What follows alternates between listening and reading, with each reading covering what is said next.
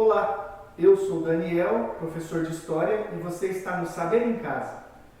Nesse vídeo a gente vai conversar um pouco sobre as casas bandeiristas.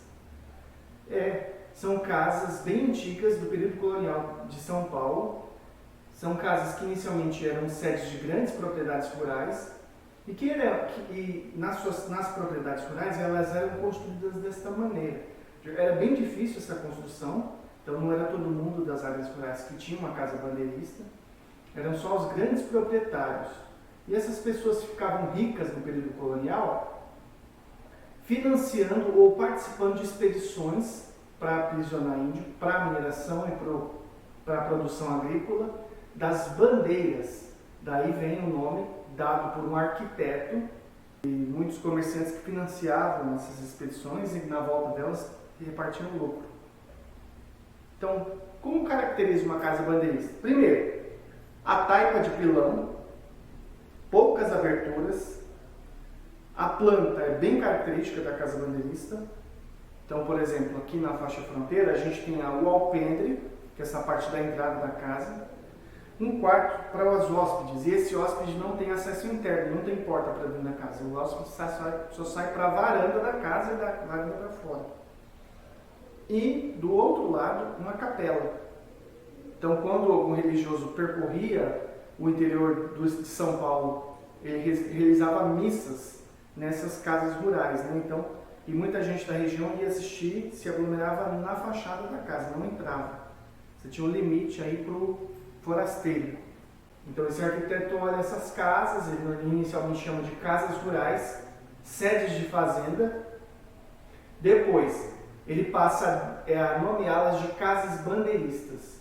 Em um livro chamado Morada Paulista, desse arquiteto chamado Luiz Saia, tem um capítulo que é dedicado à produção de um documentário, de um filme, sobre essas casas. Fato que não se concretiza, ele vem a falecer. Anos mais tarde, um historiador chamado Dalton Sala, ele faz um documentário chamado Casas Bandeiristas, a arquitetura colonial paulista.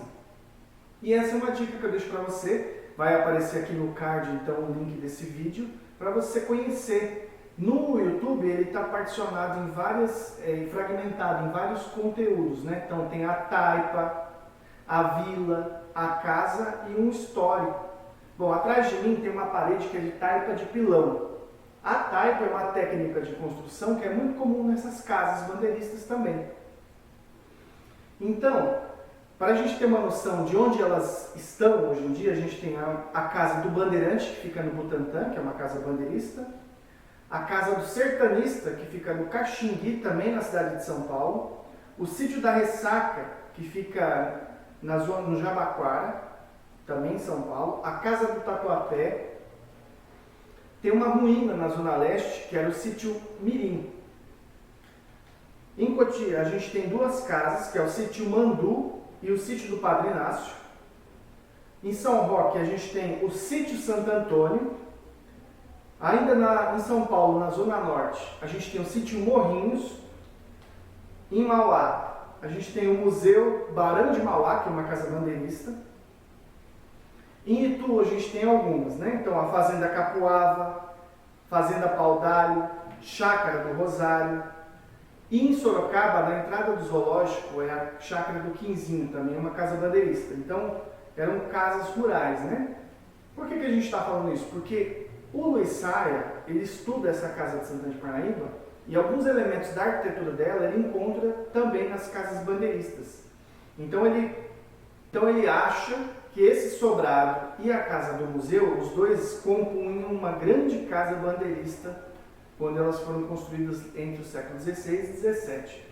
Para ele, é uma casa construída na segunda metade do século XVII, por volta de 1650.